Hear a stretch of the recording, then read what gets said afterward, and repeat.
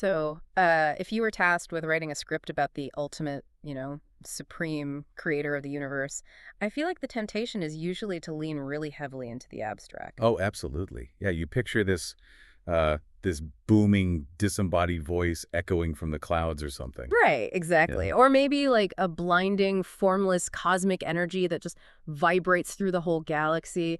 Culturally, we tend to expect the divine to be completely otherworldly, just Mhm. entirely removed from the physical limitations that you and I have to deal with every single day. I mean, it makes a certain kind of philosophical sense, right? Because for centuries, various traditions have just assumed that a perfect being has to be pure spirit, like operating on a frequency we can't even fathom. Yeah. Keeping the divine safely cordoned off in the spiritual realm is just, well, it's tidy. It separates the messy, tangible reality we live in from the pristine realm of the gods. But then you open up the specific stack of ancient texts we are diving into today, and that whole ethereal, distant image just shatters almost immediately. It really does. It's wild. Yeah. So today we are exploring a highly surprising theme woven through these sources. The idea that the divine doesn't just exist as an abstract force, but actively and repeatedly shows up in human form. You're not just showing up, but doing things. Exactly. Not just hovering above the ground, but doing incredibly ordinary, deeply human things. And to really grasp how provocative this idea is for you listening, we need to look at how this narrative unfolds from the earliest manuscripts straight through to the end. Because this isn't just a random collection of isolated myths. Right. It's a deliberate, escalating argument about the mechanism of how the divine interacts with the physical world. So the best initial comparison that came to mind when I was reading through this is that reality TV show Undercover Boss. Oh, I like that. Yeah. Because we usually picture the divine as this distant CEO locked away in a top floor boardroom, completely inaccessible to the everyday worker. But these texts describe a creator who keeps, like, putting on a uniform, coming down to the factory floor, and literally getting dirt under their fingernails. The factory floor is a great starting point, actually. Because if we look at the very beginning of these texts, in the book of Genesis, the foundation of this physical interaction is established through these remarkably intimate, everyday moments. We see that right away in Genesis chapter 3. Yeah, the garden. Right. The text describes God simply walking in the garden, just, taking a stroll in the cool of the day. But the scene that really forced me to do a double take is in Genesis chapter 18. Ah, the encounter at the Oaks of Mamre. Yes, the encounter with Abraham. So the text says God appears to him in a physical form, standing near his tent in the heat of the day. And Abraham treats this figure like a weary traveler. Which is fascinating in itself. Right. And what actually happens, the Supreme Being has his feet washed. Yeah. He sits down under a tree and he eats a meal of curds, milk, and a prepared calf. The source material even highlights that God, quote, thought like a human during this interaction, deliberating on whether to share his plans with Abraham. So think about the mechanics of what is happening there. Mhm. I mean, why would the architect of the cosmos need to wash the dust off their feet or chew a piece of meat? It's so weird. It is. If your baseline assumption is that God is purely abstract, it feels entirely out of place. But consider how you build deep, enduring relationships in your own life. Yeah. You don't build trust by shouting through a megaphone from a mile away. Definitely not. You sit at a table with someone, you share a meal. You share the same physical vulnerability. Exactly. The text is using these highly tactile actions, like the cool water on dusty feet, the tearing of bread, to establish a vital point. The reader is meant to understand that this isn't a ghost. Right. It's not a hallucination or some altered state of consciousness. No. By eating and being washed, the narrative proves this is a tangible presence, one that's choosing to step into the physical limits of the human experience. It grounds the divine in the dirt of the real world, and that dirt becomes a recurring theme, which is super interesting. The sources also highlight this mysterious figure in Genesis 14 named Melchizedek. All right, the king of Salem. Yeah. The text describes him as a king of Salem and a priest of God Most High who brings out bread and wine for Abraham. And later sources, specifically Psalm 110 and the book of Hebrews, use this exact interaction to argue that God was revealing himself through a human-like priesthood. Establishing a pattern. Yes, a pattern that bridges the human and the divine. And that bridging isn't always peaceful, by the way. Oh, right. Look at Genesis 32.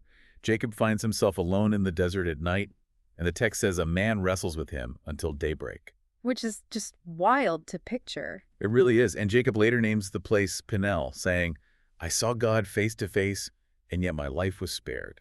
A literal wrestling match. I mean, it demands absolute proximity. You can't wrestle someone without grappling with their weight, feeling their breath, and getting covered in the same dust. Exactly. It is the furthest thing possible from the voice in the clouds trope. But notice how the narrative shifts as we follow the timeline. So humanity scales up. The texts move from wandering families in the desert to the era of nation building. They introduce military leaders and prophets. Yeah, the scope gets a lot bigger. Right. And as the scope of human society grows, these physical human-like appearances adapt to guide them on a larger scale. So the interactions become more institutional, but they stay physical. Yes, absolutely. For instance, Exodus 24 describes the leaders of Israel going up a mountain and actually seeing the God of Israel. And the text notes that under his feet was something like a pavement of sapphire. Such a specific physical detail. Yeah. Or Exodus 33, where it straight up says, God spoke to Moses face to face, the way a person speaks to a friend. And we see it in military context as well. Like in Joshua 5, on the eve of a massive battle, Joshua encounters a figure with a drawn sword who identifies himself as the commander of the Lord's army. Just a physical presence directing the nation. Exactly. And it continues through the era of the Judges and into the prophetic books. But I think we should focus on the account in Daniel 3, the story of the fiery furnace. Oh, definitely. A visual is so striking. It is. So for those listening, 3 men are thrown into an execution fire by a Babylonian king. But when the king looks into the flames, he doesn't see them burning. He sees 4 men walking around freely, and he describes the 4th as looking like a son of the gods. The mechanism of that rescue is what's fascinating to me. The divine presence doesn't rainwater down from the sky to put the fire out. Right. The choice is to step into the fire alongside them. The physical form is used to demonstrate solidarity and suffering, not just remote intervention. Wow, yeah. And we see a similar guiding presence in Ezekiel 47, too, where the prophet is led through a vision of a restored temple by a man with a measuring line, physically walking him through the dimensions of what is to come. Okay, but this brings us to a massive point of friction in the text, and I really want to spend some time chewing on this because it seems like a glaring contradiction. Okay, let's hear it. So right alongside all of these physical human form appearances, like eating meals, wrestling, standing in fires, the texts introduce a strictly enforced foundational ban on making statues or carved images of God. The sources point us specifically to the mandates discussed in Isaiah 2 and 1 Chronicles 17. Right, the absolute prohibition of idolatry. Yeah. And here is my struggle with this. If this being keeps showing up with arms and legs, sharing meals, and walking around, why is carving a statue of those arms and legs treated as the ultimate offense? It's a great question. Because it feels a bit like saying, I look exactly like this, but if you attempt to draw a picture of me, you've missed the point entirely. Like, if the physical form is okay for gods to use, why can't humanity recreate it in art or stone? Is it like an issue of control? Well, you're hitting on the absolute theological core of these texts. Right, It is entirely about control, but more specifically, it's about the difference between a form and a state of being. Okay, unpack that a bit. Sure. The sources make a critical distinction between what is static and what is active. In Isaiah 2, the prophet heavily mocks idols, contrasting them with the actions of a living God. The word living is doing a lot of heavy lifting there. It is the hinge of the entire argument. Think about the nature of a statue. It's just frozen. Exactly. It is frozen in time. A carved piece of wood or stone cannot take action. It cannot change its mind. It cannot surprise you. It cannot sit down and eat a meal with you. And it certainly cannot adapt to guide a nation through a wilderness. It is, by definition, dead. Oh, wow. So by carving an idol, humanity is basically trying to trap the divine in a single, manageable, motionless moment. You are trying to domesticate the infinite. That is the exact psychology of ancient idolatry. A statue is predictable. You know where it is, you know what it requires, and you can manipulate it. The text contrasts that dead, static nature with the dynamic, unpredictable nature of a living God. God takes human form not to be trapped in a monument, but to actively move, speak, and intervene in the human story. So the physical form is a vehicle for relationship, not a blueprint for a piece of architecture. Precisely. And that active living nature is tied to a massive promise. In 1 Chronicles 17, this dynamic interaction culminates in a prophecy about a final king, a descendant of David whose throne will be established forever. And the texts identify the fulfillment of this promise as Jesus Christ. Yes. Which brings us to the New Testament, where this centuries-long narrative about God in human likeness reaches its absolute climax. But it also introduces a whole new layer of complexity to the human form. It really does. It's the point where the theology of the prophets and the physical reality of Genesis fully merge. Yeah, so we see the overarching thesis for this in John chapter 1. The text says, "The Word became flesh and made his dwelling among us." Beautifully stated. It is the ultimate manifestation of everything we've traced so far. God is alive and has stepped fully into our likeness. But then, the sources highlight a highly specific, dramatic event in Matthew 17, the Transfiguration. Oh, man. A profoundly disruptive moment for the disciples who witnessed it. Totally. So the scene plays out like this. Jesus takes 3 disciples up a high mountain, and suddenly, his appearance changes completely. The text says, "His face shone like the sun, and his clothes became as white as the light." Right. And for a long time, I struggled to conceptualize what was actually happening here, until I thought about looking through a telescope. Oh, tell me more about that. So imagine you go outside and look up at Orion's belt with your naked eye. It just looks like 3 faint, ordinary dots of light. Sure. But if someone hands you a high-powered telescope and you look at that exact same spot, you suddenly see a massive, violent, swirling nebula of cosmic dust and newborn stars. Wow. The object itself didn't change or, put on a costume. Your capacity to perceive its true scale was just temporarily unlocked. That is a phenomenal way to understand the mechanism of the Transfiguration. Thank you. It just made so much sense to me. Yeah, because the text isn't suggesting that Jesus put on a glowing suit as a magic trick. It's suggesting that the disciples were briefly given the lens to see what had been standing in front of them the entire time. Right. The human exterior suddenly radiates this overwhelming, blinding, divine reality. It's such a sharp, shocking contrast to the guy eating curds and milk back in Genesis 18. It is. And what makes Matthew 17 so brilliant is how it synthesizes the entire chronological journey we've been on. How so? Well, it validates the physical human, form-like. Jesus is still physically standing there on the mountain, recognizable as himself. But it reminds the reader that the living God is not confined only to ordinary human limitation. Ah, I see. It bridges the gap. It proves that the human likeness isn't a restriction, it's a choice. It houses something entirely transcendent. Exactly. And going back to our discussion about statues, it perfectly answers the question of why an idol is insufficient. A wooden carving can't transfigure.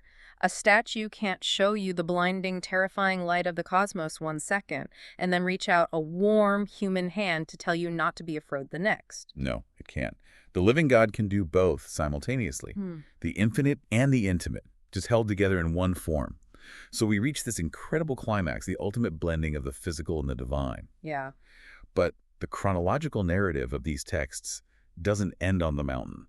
We have to look at the post-resurrection reality. And this is where the texts deeply challenge modern sensibilities, I think. Oh, without a doubt. Because logically, you might assume that after the crucifixion, after the death of this ultimate king, the whole human form experiment would be over. Right, mission accomplished. Exactly. The divine sheds the physical body, discards the human limitations, and returns to being a purely spiritual, formless entity. And that assumption aligns perfectly with ancient Greek philosophy. And even a lot of modern thought, honestly, which tends to view the physical body as a temporary, burdensome shell. We often think the ultimate goal of spirituality is to escape the physical so the spirit can be free. But the final texts we are examining do the exact opposite. They double down on the physical bodily reality in a way that is almost scandalous. Yeah, scandalous is a good word for it. We look at Mark 16, which boldly claims that although the Son of God was executed, he is risen and alive. Again, that focus on a living God. But the mechanism of how he is alive is what sets this narrative apart from a simple ghost story. Yeah, look at Luke 24. Jesus returns to his followers, and what are the very first things the text highlights? He specifically tells them to look at his hands and feet. Look and touch. Right. He tells them to touch him, explicitly stating that a ghost does not have flesh and bones.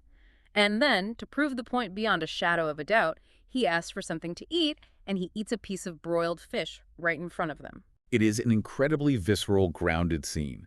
There are no blinding lights or glowing clouds in that room, just a man eating fish. Which raises the ultimate question of this entire deep dive. Why? Yeah. After conquering death and showcasing ultimate divine power over the grave, why would the narrative end exactly the same way it began back in Genesis 18?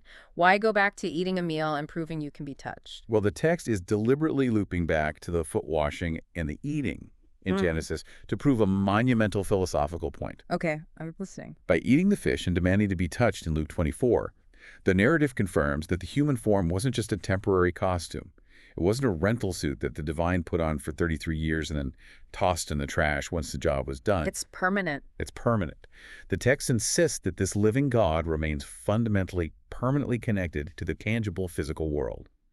By keeping the human form, even post-resurrection, the divine is declaring that the physical world, human bodies, and human experiences aren't a stake to be escaped from. They are inherently good, redeemable, and worthy of being carried forward into eternity. That completely flips the script on how we usually approach the concept of a higher power. It really does. We spend so much time trying to ascend out of our bodies, trying to reach some higher spiritual plane. But these sources are arguing that the divine actually chose to descend and keep the physical body. It validates the material world in a way that ancient philosophies, which honestly hated the physical body, simply couldn't comprehend. The dirt, the meals, the physical touch, these aren't distractions from the divine. They are the very canvas the divine uses to communicate. When you step back and look at the chronological journey of these texts, the consistency is just staggering. It really is. I mean, we started in the heat and dust of Genesis, watching the creator of the universe sit under a tree and eat a meal like a weary traveler. We saw that same physical presence step into fiery furnaces in Daniel, proving time and again that a living God acts in the world while a carved statue just gathers dust.